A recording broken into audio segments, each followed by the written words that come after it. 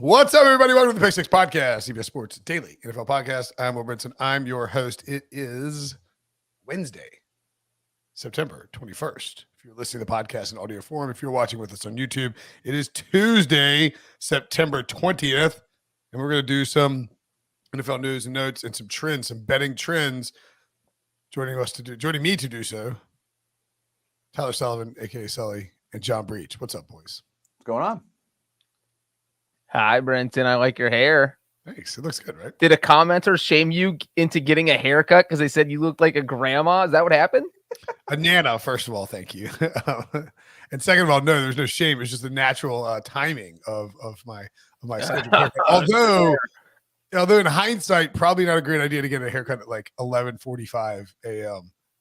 With a 1 o'clock p.m. Eastern time scheduled podcast. I'll work on that. I scheduled my next one for 3:30 in the afternoon. So you're saying you were cutting it close? Huh? I don't have a boob. Yeah. I was looking for a boob, but I don't have one. What is happening here? That's good. I like that, Sully. Very nice. I was going to mention Mike Evans suspended one game. I don't know if we talked about it in the recap podcast, but he has suspended one game, especially his appeal hearing. James Thrash will be his hearing officer. Thrash also heard Mike Evans' appeal back in 2019, maybe. So good 17. luck with that. Yeah, 17. 2017. He has a 0% chance of winning this appeal. And I think it's happening on Tuesday night. So when you listen to the podcast, I think we might have an answer. When you listen to the podcast, you'll know that he's still suspended because he didn't win his appeal. He's not going to win his appeal. And then, it is amazing to me that he and Marshawn Lattimore hate each other so much. I mean, I've never seen two. I don't ever recall two NFL players who fight as much as they do. No, it's crazy. It's quite the back and forth they have. Yes, it is. They do not like each other. I don't know. Maybe we'll get to that one. Let's get to. We'll start. Breech and I do the early odds, of course, and we've seen a ton of movement with the 49ers Broncos game. The opening line was 3, and maybe that was even before, like before the regular season where it was -3. Denver is now a pick hosting the 49ers. Pretty wild to see. Like, not many teams in the NFL where you could have a starting quarterback go down for the season and the line doesn't move away from the team with the starting quarterback. That's the case with the 49ers and the Broncos because Jimmy Garoppolo is in this game and because Russell Wilson has looked like dog crap his first 2 weeks. Yeah, you never see a quarterback go down and then people feel better about your prospects going forward, which is somehow the situation here. This is a fascinating game because obviously the Broncos have looked like absolute garbage on offense for the first 2 weeks, but their defense has played their offense has been so bad it's overshadowed how well the defense has played. I mean, you only score 16 points, you still win. Week 1, the Broncos defense only gave up 17 points, and they would have won if they didn't fumble twice at the goal line. So I don't think the Broncos are as bad as they look. Oh my! No, it's actually San Francisco -1.5. 1.5. Wow. Broncos an home underdog in prime time. That's sign me up right now. I mean, it's just that. Here's the thing for me is that look, there's not a quick fix when you're a new quarterback with a new team. We saw it with Brady and the Buccaneers. We saw it with Stafford and the Rams. There is an adjustment period. Those quarterbacks just adjusted quickly, and so, but there's always a few struggles early in the season. It feels like you're justifying your Super Bowl pick right now. Well, I am kind of trying to justify my Super Bowl pick, but I am also saying that I think the Broncos offense can only get better from here because I don't think it can possibly get worse. And I think that Nathaniel Hackett is going to learn what Pete Carroll already knew, that, hey, look, we can't let Russell Wilson throw the ball 40 times per game because that strategy is just not going to work. We have Javonte Williams, who averaged 5 yards per carry against the Texans, but only got the ball 15 times. Like, run the ball. That's what your offensive line's built for. I mean, just don't listen to Russell Wilson. Do what you're good at. And the other part of this is that Russell Wilson, if there is one team that he can bounce back against, it is absolutely the 49ers. He's played them 21 times in his career. He's 17-4. He knows their personnel. This is the one team I'd want to face if I am Russell Wilson on Sunday night. I'd want to face the Texans. Yeah, the Texans. Actually, barely. I don't know if he wants to face the Texans. I don't know, Sully, what do you think about this? No, I'm with Breech in the sense that, yes, the Broncos with Russell Wilson are nowhere close to what the ceiling they possibly have. And I think Wilson will get better as the season goes along, and it will be a much better offense. But the thing is, with me, is what is it going to look like with Nathaniel Hackett running the show? Because that's really been a huge problem for them too, just his overall leadership as a first-year head coach. I know we talk about these quarterbacks that have changed situations and have had almost immediate success overall in terms of their first year with their franchises. Tom Brady going to the Buccaneers, Matthew Stafford going to the Rams. Both of those situations, though, had stability at the head coaching spot. Yes. Bruce Arians, longtime head coach, been in Tampa Bay for a while. Sean McVay, one of the best coaches, if not the best coach in the NFL that you're going to. This is a little bit different. It's an unknown first-year head coach in Nathaniel Hackett, so it's not like calling Russell Wilson. play. Well, I guess Luke Getsy's calling plays, but like you've got like Nathaniel Hackett wants input on calling plays. He wasn't calling plays before. It's a whole new system. It's not like Russell Wilson is inserting himself into some already established culture. It's a little bit more of a wiggle room. And when you're facing a team that was in the NFC Championship a year ago with this quarterback now in Jimmy Garoppolo, you do have a little bit of concerns here. But again, Mile High is one of the better home fields in the NFL. Yeah, I mean, look, the Broncos being plus 1.5 is kind of crazy. I mean, Pick'em seems about right. I don't know. I mean, I'm a little scared to back the Broncos as bad as they've looked, but it does feel like primetime home dog with a legit quarterback and weapons and a decent defense. Granted, against a very good 49ers team, it still does feel like it's gone a bit too far. The line has moved a lot, of course, too, because of another quarterback injury with the Giants and the Cowboys game. The Giants are now -2.5. The Cowboys open at -3. Obviously, the Giants are 2-0, and with Dak Prescott being injured, you can't possibly expect to see Dallas being favored coming into this game. I think this is probably about right. The total here now, 39.5 for Cowboys and Giants. That is a very, very low total. Breech, do you think this line keeps getting up further, or is it probably? I think it probably sits around 3. I'm not sure that Vegas necessarily trusts the Giants so much as they just don't trust the Cowboys at all. Yeah, I don't think this line gets any bigger. I don't know how you could make it any bigger, because if you have Cooper Rush, does anybody trust Cooper Rush to win a game by a touchdown? I mean, maybe they do. I know at least some people who trust Cooper Rush to win a game. I said by a touchdown, Brinson. You're not going to foil me today. You can't throw that in my face. But no, so I just did. So it's not going to move toward the Cowboys, and then you can't trust the Giants because they're 2-0. So you can't really push this thing above 3, because do you really expect the Giants to win a game by more than 3 points against a Cowboys team that is absolutely dominating? I think the Cowboys have won 9 of the last 10 against them. The Giants have lost 6 straight games on Monday night. So I feel like this point spread is going to sit tight, and I don't even know who to trust here. I mean, we saw the Cowboys really struggled against the run in week 1. Leonard Fournette ran all over them. He averaged more than 6 yards per carry. So I feel like if the Giants can get Saquon Barkley going, that they can win this game. But this is just one of those, what do you do here? But I'm leaning Giants. Yeah, I lean Giants too. Again, there's so much unknown with the Dallas Cowboys. I mean, we talk about Cooper Rush, but we don't even know if Dalton Schultz is going to play in this game. He's reportedly dealing with some sort of a knee injury, right? And so, that's, again, an outlet for him that he's not going to have in terms of, those receiving weapons. Yeah, Michael Gallup might come back, but what is he going to look like in terms of his ability to get open outside of, CD Lamb? So for me, there's just too many questions for Dallas right now for me to look at them anywhere beyond where they're at right now. And with New York, again, like Breech was saying, you can run all over this team. I know that Dallas has the history. I think they're 8-2 against the spread in their last 10 games against New York. But ultimately, I kind of like what Brian Daboll is bringing to New York right now. I do think that there's a little bit of momentum going into this game for him. And so, again, it's not like this is the sexiest matchup in the world, but I'm leaning New York. Kayvon Thibodeau expected back for this game as well, which is really nice. And then Victor Garcia notes in the chat that Azeez Ojulari also could be back, which would be that's a pretty big boost for this team, especially with the Cowboys dealing with the issues on the offensive line. I would lean New York too. I probably lean the under as well. Neither of these teams really scores at all or tries to score.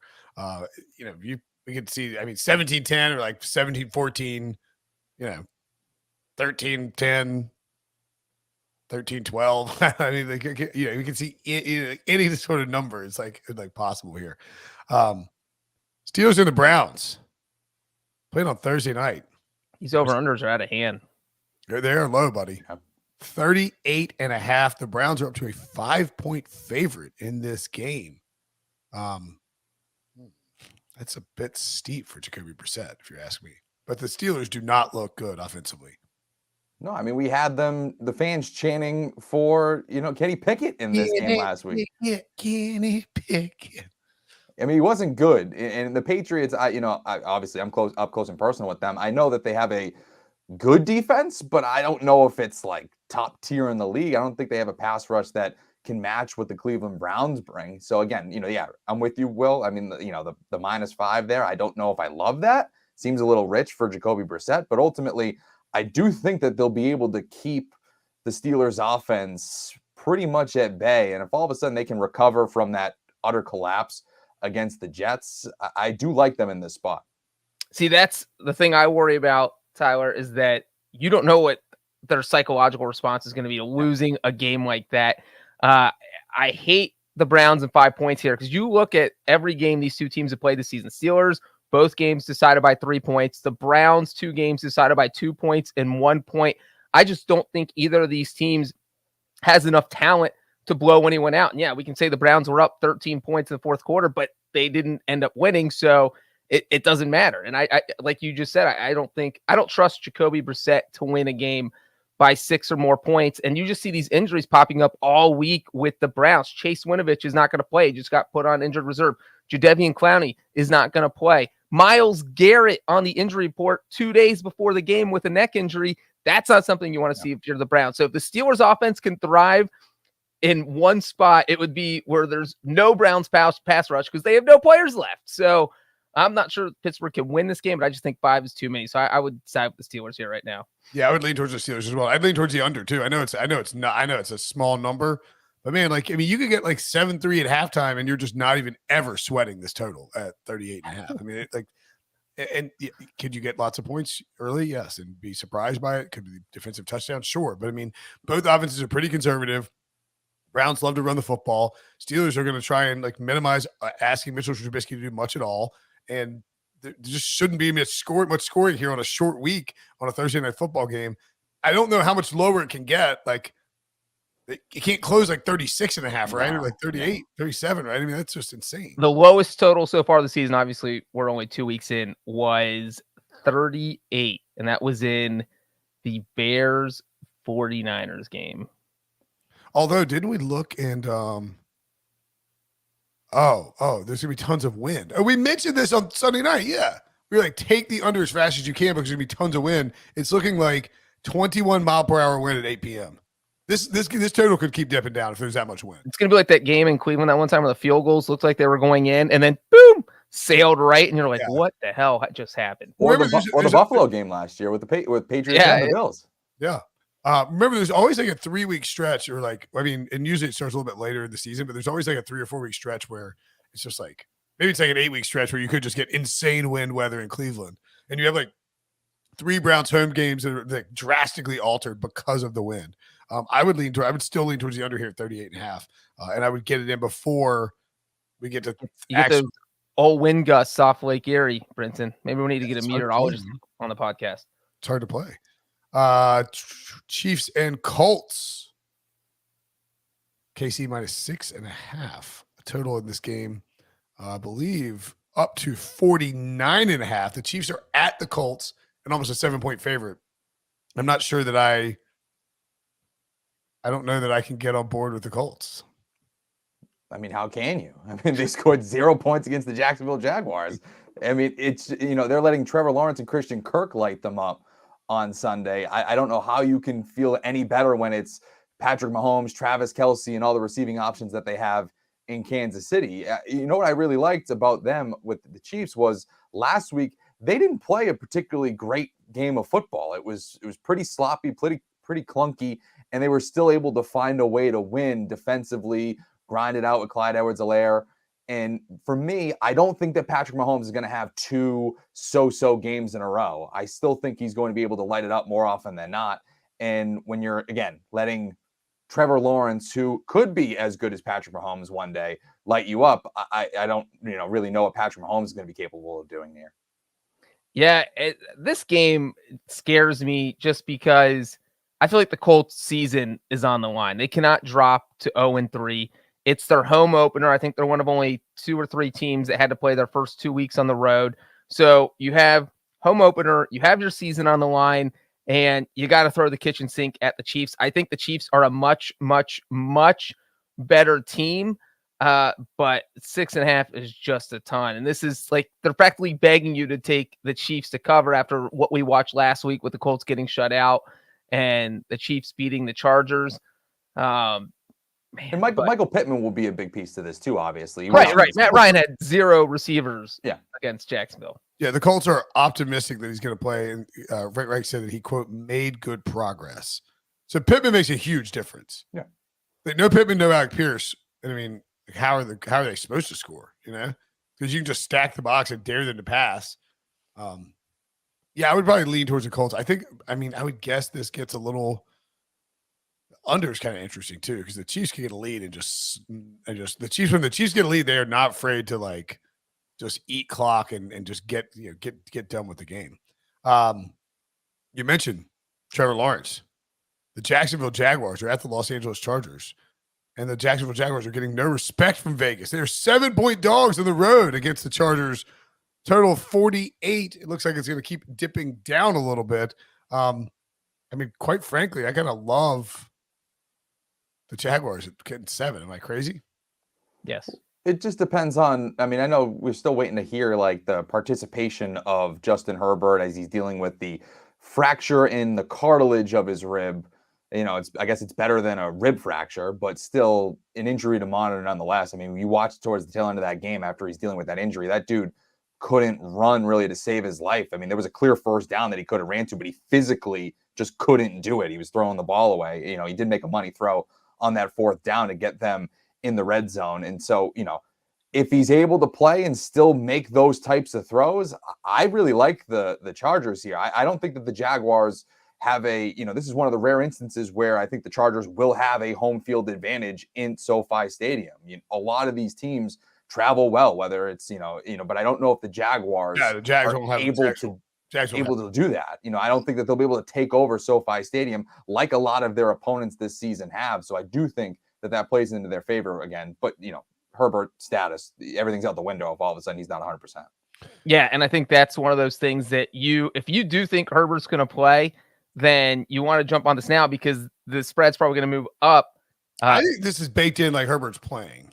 You think? I don't know. I don't think you can, because I felt like the Chargers were trying to be overly optimistic. But if you're the Chargers and you were going to be safe and you're thinking, we don't want this injury to get worse, this would be the game where you keep him on the bench just because you're thinking maybe we can win without him, but let's make sure he's healthy for the rest of the season. So that's what my thought process would be. I would think that it goes up to 8 if Herbert is definitely playing.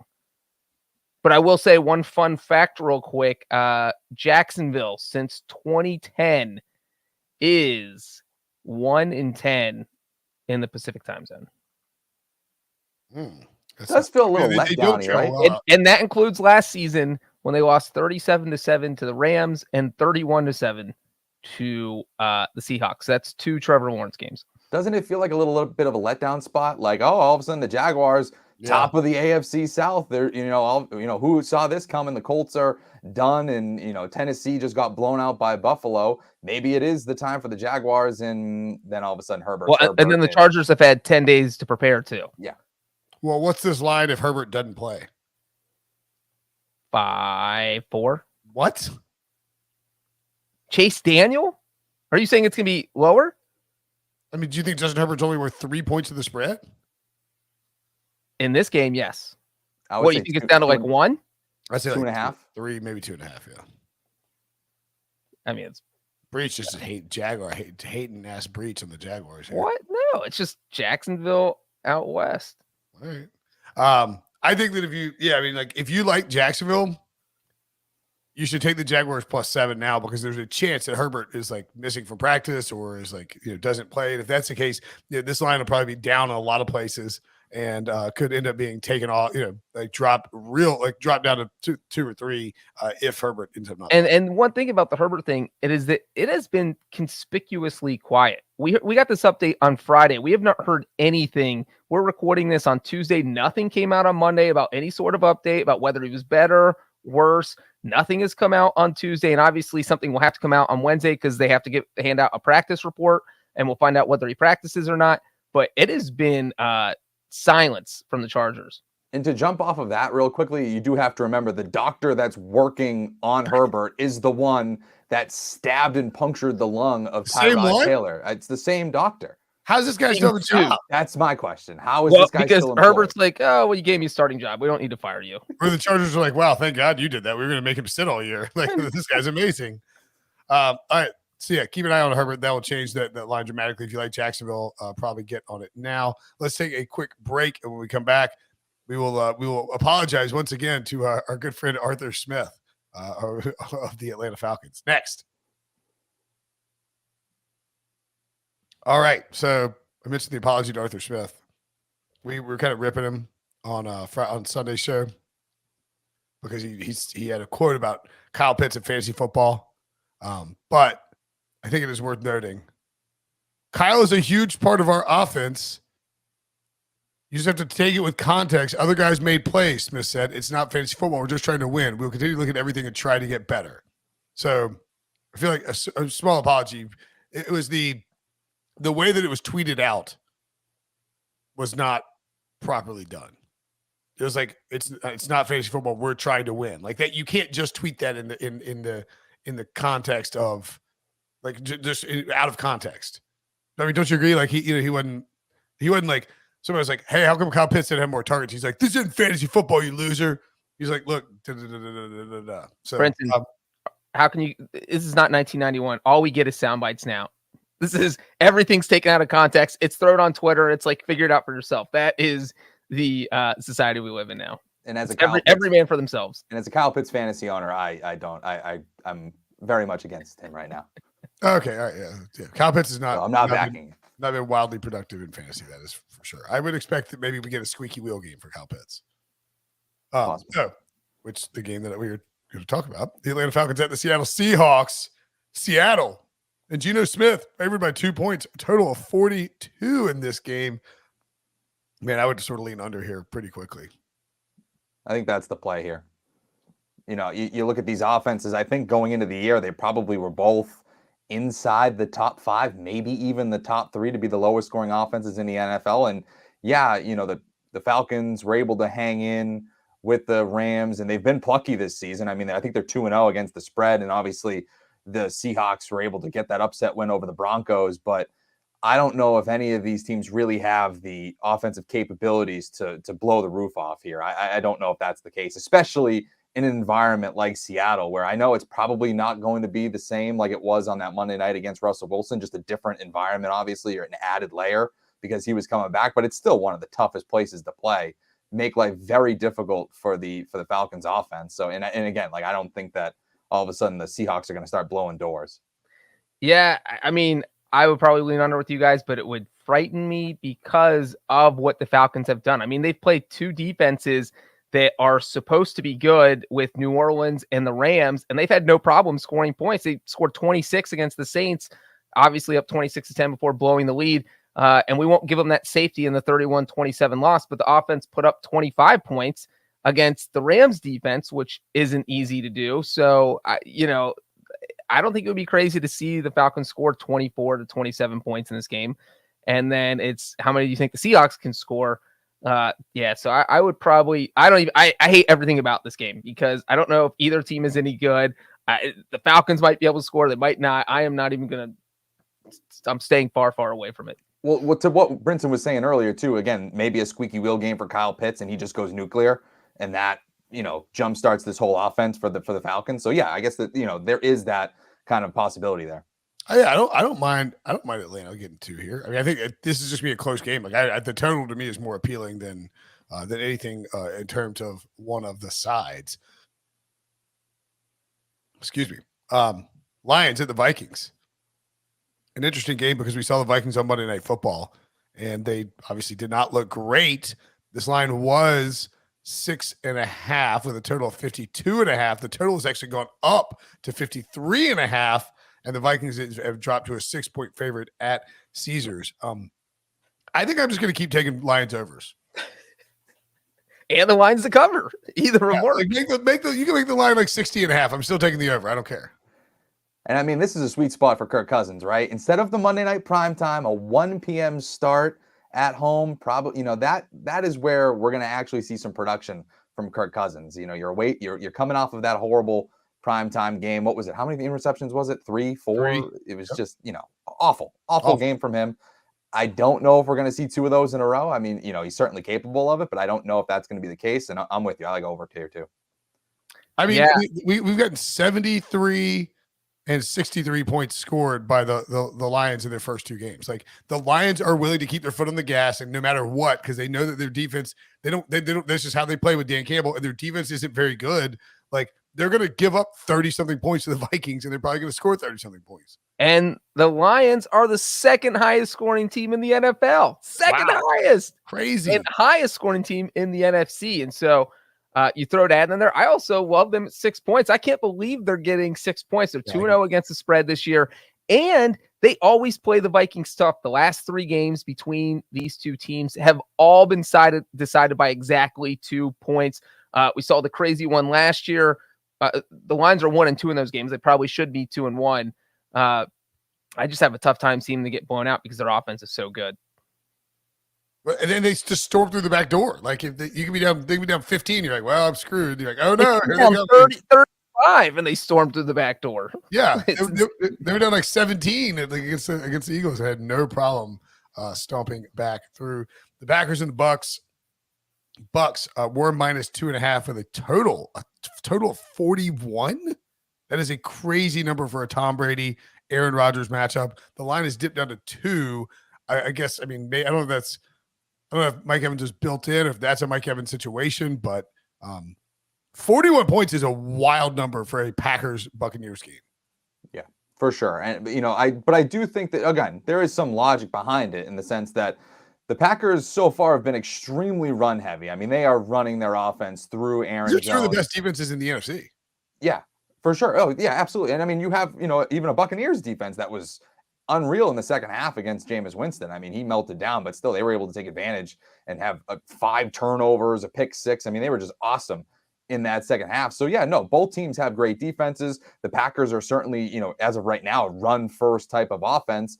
And when you're looking at the Buccaneers, yeah, you don't know what, Mike Evans' situation is going to be. He's probably still going to be suspended for this game, but you also don't know what's going to happen with Chris Godwin and Julio Jones. They both missed that game last week due to injury. I believe were they both hamstring injuries? I think that they were. And so again, when you're dealing with that soft tissue type of injury, it sometimes lingers a little bit longer than just, you're out, you have a bum ankle and all of a sudden you miss 1 week and you're back the next. So I don't know, is all of a sudden Scotty Miller and the newly acquired Cole Beasley really gonna move the chains for you offensively? That is a tough thing. So it is surprising when you look at the quarterbacks and you go, really? Tom Brady and Aaron Rodgers, this is at 41, but when you kind of dig a little bit deeper, it does make sense. Yeah, and obviously the Buccaneers receiving depth. Mike Evans is out. I mean, the Buccaneers are here signing Cole Beasley. That's how desperate they are for receiving help.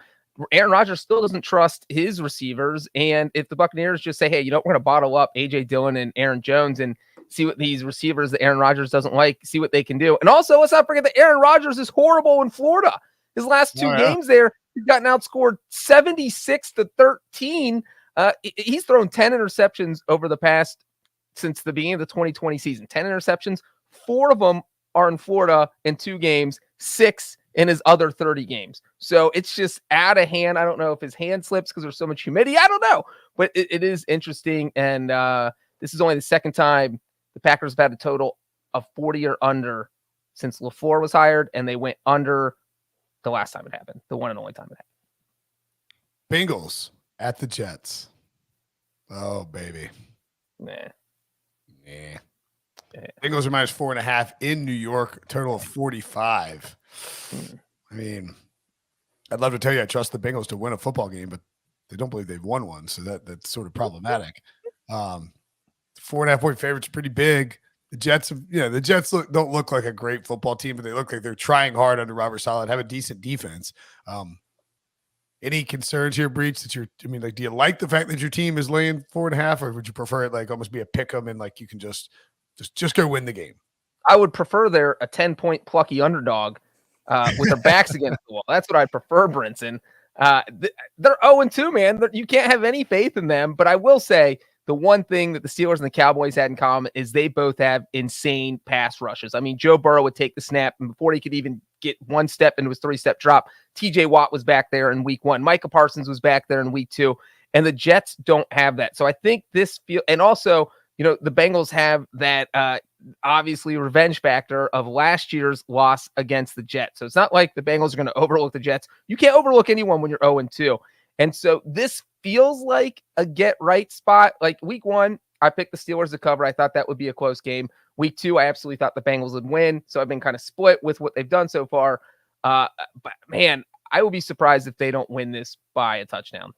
Yeah, I mean, it does feel like you were saying, Breech, does feel like this has to be the get right game. I mean, yes, the Jets, like you said, well, they have played well under Saleh. They're playing hard for Joe Flacco. I mean, they're obviously staying in these games. They just had a crazy... Wait, Tyler, I'm going to interrupt you real quick just to say that Tyler picked the Jets to beat the Browns. He was one of the very few people that called that upset. So listen to what he says. Thank you. And I mean, it is what it is. I got more wrong than I get right, but I'll take it when I can get it. But for me, the Bengals here, it does feel like the only, the perfect get right situation. Like I was saying, I know that the Jets had this emotional win and all that, and great, but they haven't been particularly great at home over the last, handful of games here. 2-7 against the spread in their last 7. They're also 1-5 against the spread in the last 6 games following a straight up win.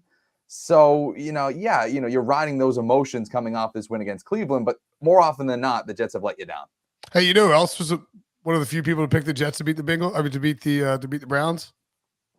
Brinson. Me. I was the only person on the CBS the page. We gotta get I'm the only person on this podcast who picked the Browns. You are? I can't believe that. Yeah, that's pretty pathetic. It is pathetic.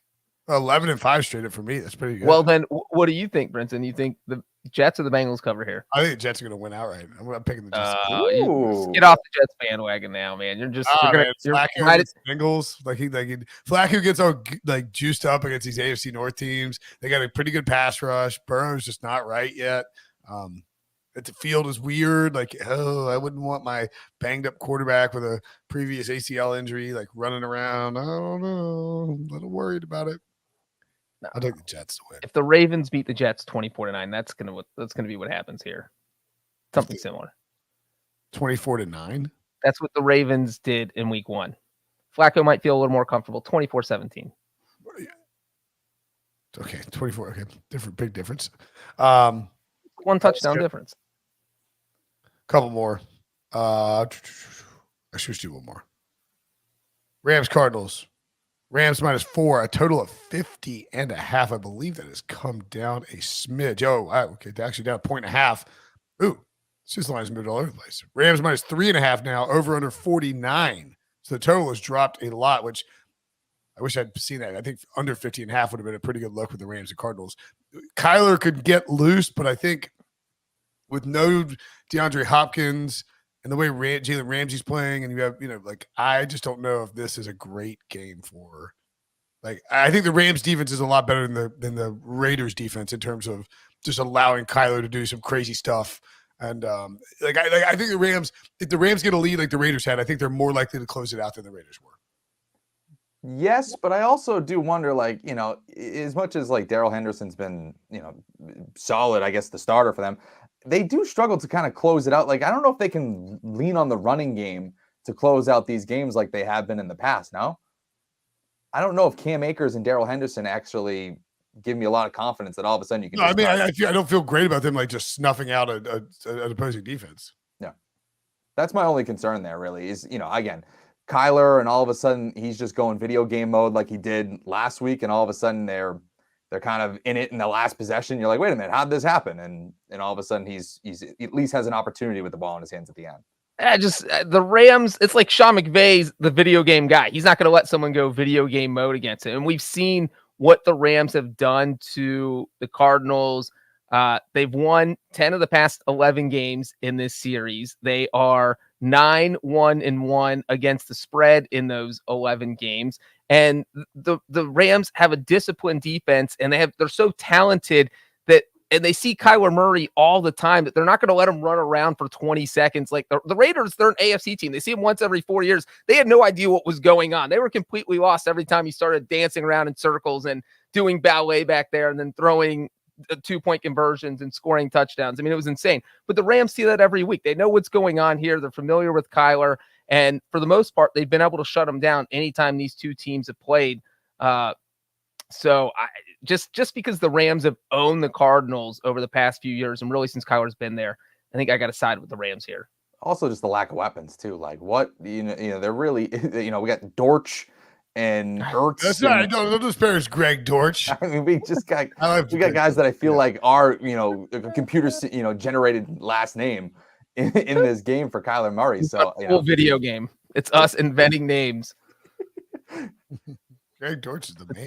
Dortch family's Greg Dortch in the DFS lineup. Greg Dortch was like 36% owned in DFS last week.